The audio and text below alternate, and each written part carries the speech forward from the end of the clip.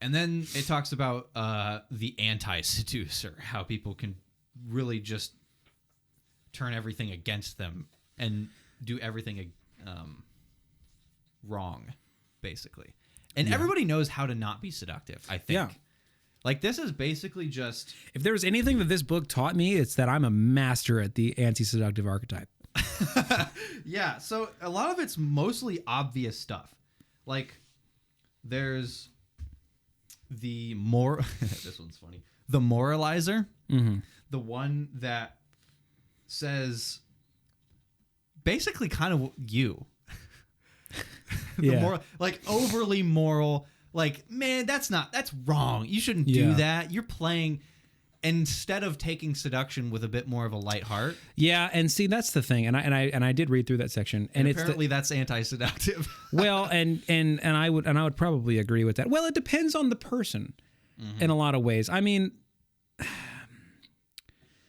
I would say probably in a generalized sense, maybe. There are people, though, that kind of find comfort in trying to be morally good in a lot of ways. It's not... well, here's the... Yes, but I think in order for that to work, you have to be, in some way, the outlier in your society. Mm. In a way. Yeah, potentially. I would agree, though. I think... But here's the thing. You might be able to use morality, like if you're trying to date a church girl, you might be able to use morality as a way of getting in. Granted, yeah. But okay. Even then, these people that are moralizers still like the taboo. Like the taboo doesn't stop being seductive, and playing with things that you maybe shouldn't do doesn't stop being seductive. So, yeah, maybe that's where it comes from then, because I have an extensive church background, and that definitely, I think, worked to my advantage in a lot of ways. I was the kind of moral leader for the age group that I was a part of, the kind of at that time late high school, early college age, and being kind of the moral. I don't want to say moral backbone. That doesn't really paint the correct picture, but a trusted figure in the church, I guess I would say. Probably instilled a lot of those ideals into me, and in that environment, very helpful, I would say. Yeah. But as far as the taboo nature of seduction, you don't want that, because people want something that is a little bit unfamiliar sometimes. They want something exciting. It's funny because people want something familiar and also unfamiliar. Right. It's a game. It is a game. You have to play. It's a push and pull, I think.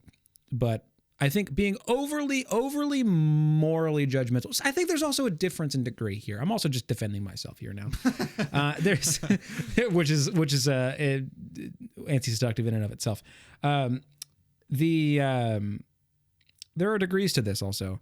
If you're somebody that walks around and tries to, I don't know, be a bit of a Pharisee about everything, you're probably going to get more frowns than admiration. You can't just be openly the guy that doesn't care about morality right from the start. Well, no, I mean, a Pharisee in the sense of a morality, a purist. Yeah. The kind of religious police in a lot of ways. You can't do that because you, like you said, people want something a little bit dangerous or unfamiliar to themselves. But then there's also the other side. You can't completely disregard morality unless you're a rake. I guess then it doesn't matter. It's seductive to abandon all things in order to get to you, which they desire so greatly. In the realm of seduction, I do kind of point to the morality of it, but I don't know. But yeah, there's the moralizer. There's a few. The windbag. This one was funny. This is the guy that doesn't stop talking about himself. He just talks and talks and talks and talks and talks. This is good. What? That's good. Yeah, it's good. The windbag. See, this guy I feel like is everywhere. Yeah. People love to talk about themselves. I think almost anybody. Everybody does. Everybody does. But you know who's never mind. I won't say their name. Okay. Somebody you and I both know. There's the bumbler. This is the person, they are self-conscious so much to the point where they make you self-conscious just being around them. Yeah, dude. I know, like, there are people that I know that are like this. Yeah. All they're thinking about is, that's one thing, this is crazy. This is one part of awkwardness. Mm-hmm. Awkwardness is basically self-consciousness, which is narcissism in a way, showing itself. You care what other people think about you. Are you moving right? Are you walking correctly? You know, everybody knows how to forget how to walk when you walk by a 10 out of 10.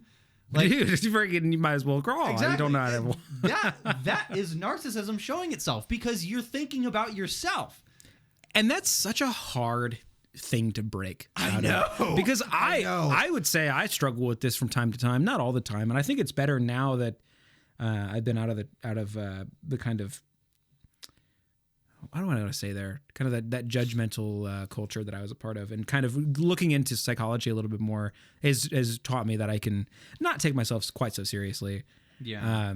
And it's a little bit better now, but even still, there's that just like kind of overwhelming sense of I'm doing something wrong. Yeah. So I wrote down a couple of things. Basically, never focus on yourself. Literally never. Always focus on the other person. Think about them. What do they want? Seduction is a game best played without words. Use them sparingly. Man, I like to talk though. You know, would you be a windbag?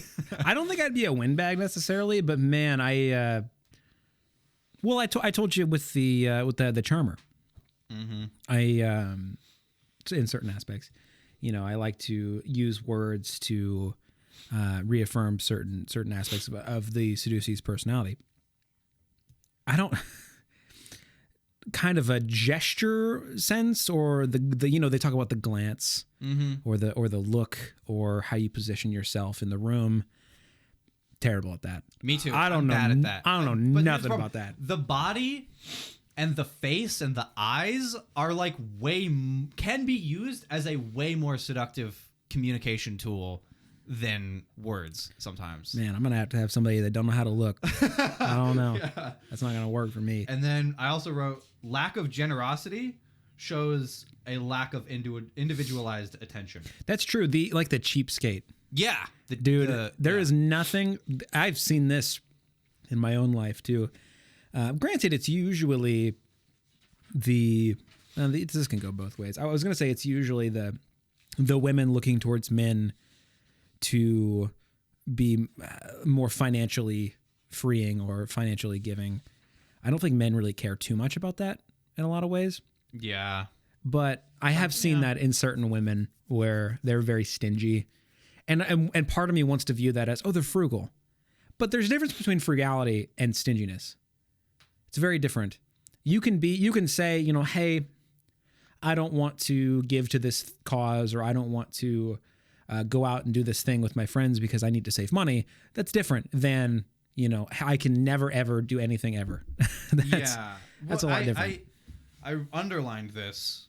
One of the things that it says is being unable to give by spending money usually means being unable to give in general. Yeah. And I think that can be true. I think you have to